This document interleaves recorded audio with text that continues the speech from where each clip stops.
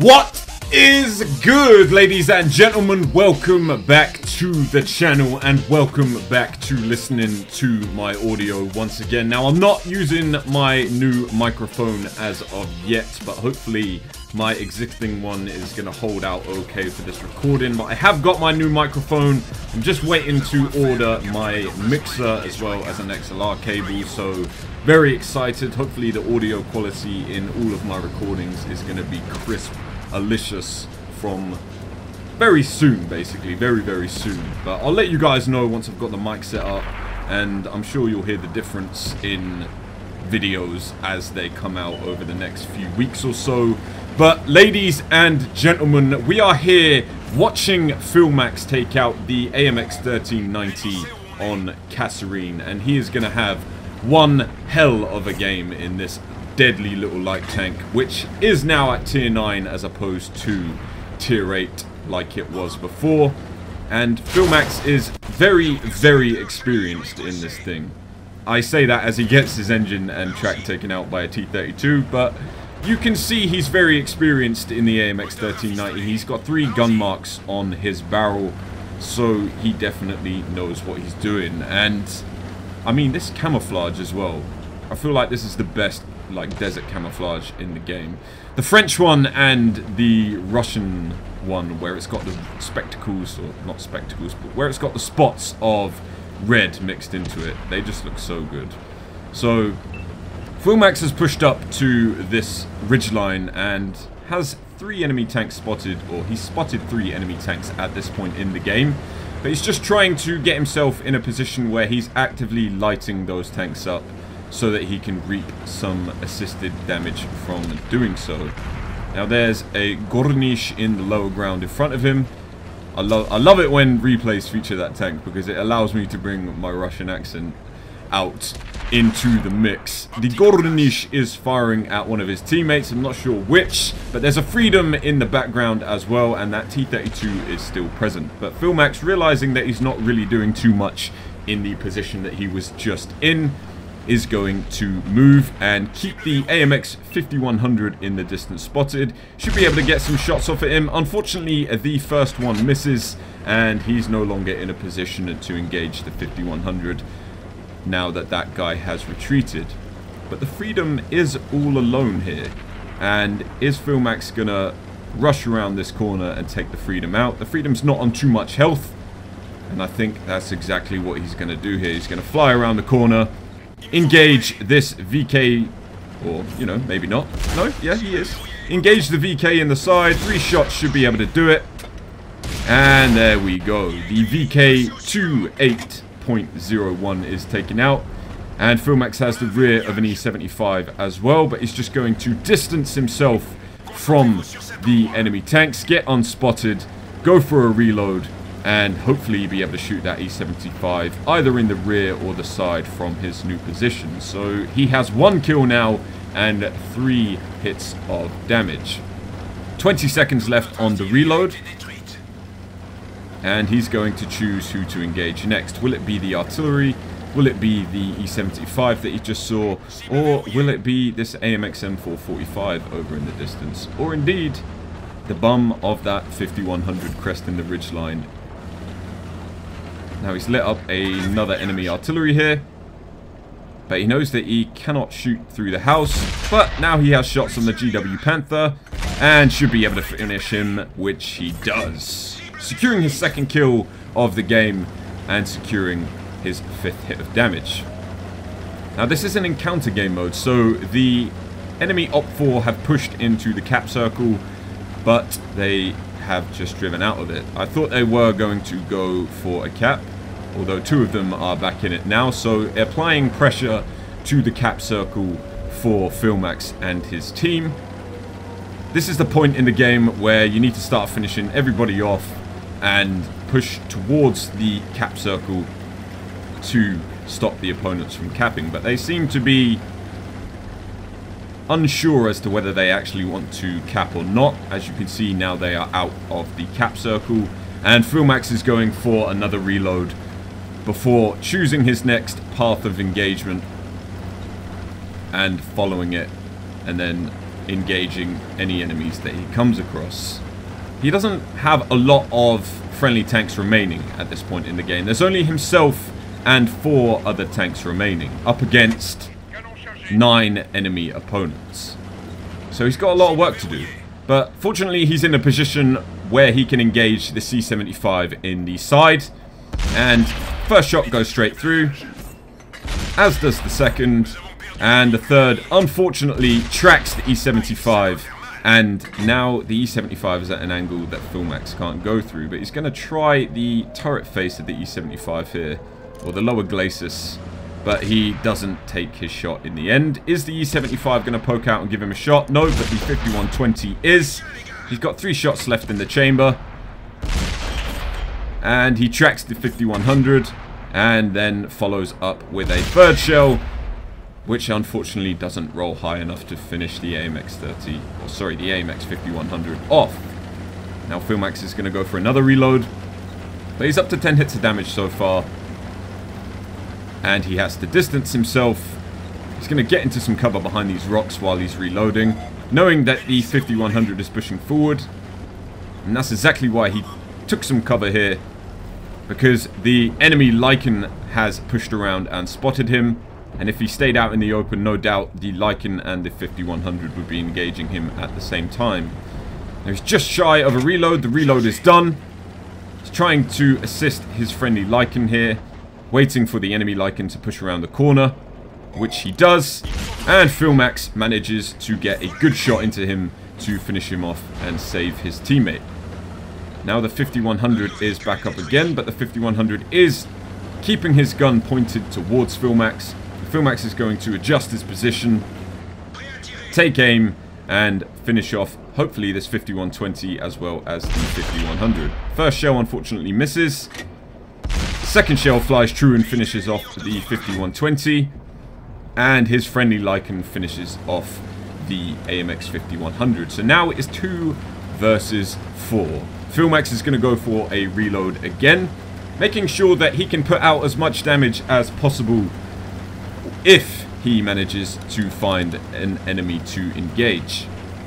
And it's much more likely that he'll find the enemy before they find him. Unfortunately, his friendly Lycan gets taken out, and now it is a 1 versus 4 situation. So if Filmax can secure the win, he will secure a Radley-Walters medal, taking him up to 8 kills. And it's a shame that he wasn't in contention for a Kolovanov's medal this round, because that's always nice as well. But he has the side of the Freedom, takes a shot. Luckily that one flies true, even though it wasn't fully aimed. The AMX 1390's gun, whilst being better than what it was, is still a troll gun to use. All auto loaders pretty much are, apart from the Waffle because balance.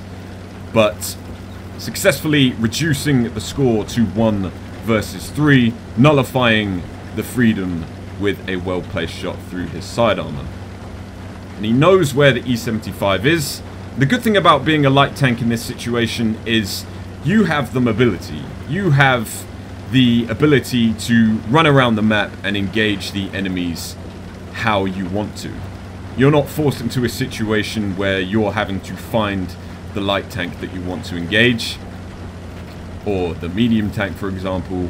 Having the mobility in this situation is a blessing. As we can see, he has outspotted the Goronish, and it doesn't take a shot at him there. I think he was waiting for the gun to fully aim. He only has 6 shells of APCR remaining, and he's in a position now where he wants to fire. First shot goes straight through the side, as does the second. The third, unfortunately, hits the Goronish, and I think that either ricocheted or got eaten by his track. The Goronish fires a shell blind and hits Filmax, but then Filmax's 4th shell finishes that guy off. So he only has 1 shell of APCR remaining, and he has to swap to his AP rounds at this point. But he has an E-75 to deal with, so he's going to have to get around the side or rear of the E-75 to be able to effectively take him out. But having finished the Goronish there, he has now secured his Top Gun medal, taking him up to 16 hits so far. 7 critical hits, 6 kills, and 3 assisted hits. So not much of a scout's game this game. He hasn't racked up a ton of assisted damage, but he has definitely swung his sword a lot this game and racked up some damage by himself. So he knows that both of the enemy tanks are in the cap circle. As we can see, 2 out of 3 capturers in the base, and Filmax is just going to try and get a position where he can shoot at this E75 in the side. The E75 knows he's spotted and moves into cover. But Filmax is on 473 health, so he can't just rush in there.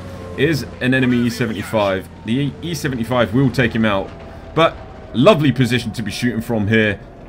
Just waiting for the opportune shot. Should be able to go straight through the side of the C-75's turret. Unfortunately, he does not, but readjusts his aim and plants a 90mm shell through the side of the E-75 side armor and finishes him off successfully, taking it down to a 1 versus 1 situation. He's going to go for the reload. He's got enough time to reload before the enemy hammer will cap the circle. And once again, Filmax can choose his point of engagement. He can choose where he engages the enemy hammer from. He knows that the hammer's in the cap circle. It's just a question of where the hammer's gun will be facing. But it will take at least 2 shells from the hammer to take out Filmax with his current hit points. So Filmax is just going to rush in at this point.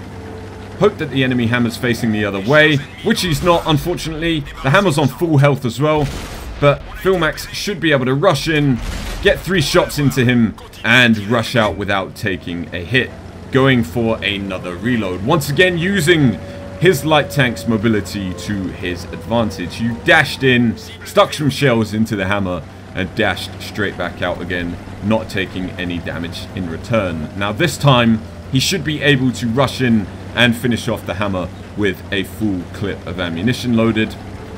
So taking his time, he's reset the cap, and he's just distancing himself while his tank is reloading. And as soon as it's reloaded, he's going to dash back into the cap circle and finish the hammer off, going into the ridge in the middle. And I think he's going to approach from the other angle this time around. He came in from the other side of the map on that run, so hopefully this will be a bit more unpredictable. Hopefully the hammer won't be facing him. A hammer does have a very good reload, but facing off against an auto-loading AMX 1390, even if the hammer gets 1 shot away, Filmax should be able to finish him off with a full clip. Now rushing back into the circle, he knows where the hammer is. The hammer's not facing him. Good shot on the move. 1, 2, 3, and it's going to take a 4th to finish him off. And he finishes him off successfully, securing the Radley-Walters medal and securing the win for his team. Now, ladies and gentlemen, we will take a look at the post-game stats to see how he did.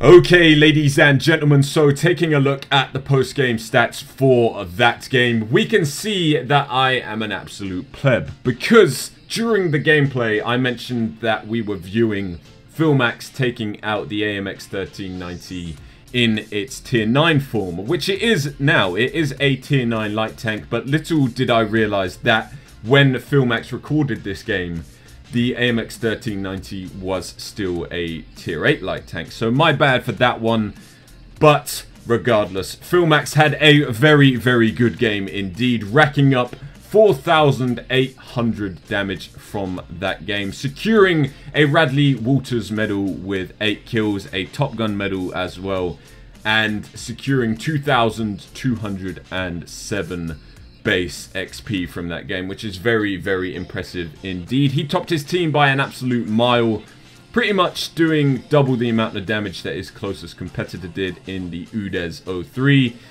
and that was just awesome. I love light tank gameplays when people do well. Very, very cool indeed. If we review the statistics for that game, we can see that he fired 31 shells that game. 28 of those shells directly hit the target and 24 penetrated, which is very, very good gun performance from when the AMX 1390 was a tier 8, because I believe now that it is a tier 9, it has had a few buffs in between to improve the gun performance from how it performed before to how it performs now. And when I took the AMX 1390 out when it was a tier 8, I didn't really like the gun that much, and I'm sure you guys didn't really either. So very, very impressive indeed. And I want to say a special shout out to Filmax for sending me this replay. Thank you for sending it to me, and my bad for taking so long to put it up on the channel. But seriously, I've got so many guest replays to go through, guys. If you have submitted a replay to me, I've got so many to go through. I'm starting to go through them now, which is why this replay hit the channel today. And I hope you guys don't mind bearing with me on that front. I've had a lot of stuff to do in real life. I've had a lot of videos go up on the channel recently, but guest replays are being actively looked at the moment. So hopefully you will see your replay on the channel very, very soon. But guys, I want to thank you all for watching this video. I hope you did enjoy. Until the next one, I will catch you then. We have a War Thunder video going live tomorrow because it is War Thunder Wednesdays, so I hope you're looking forward to that. And I will catch you again soon. Until then, peace out.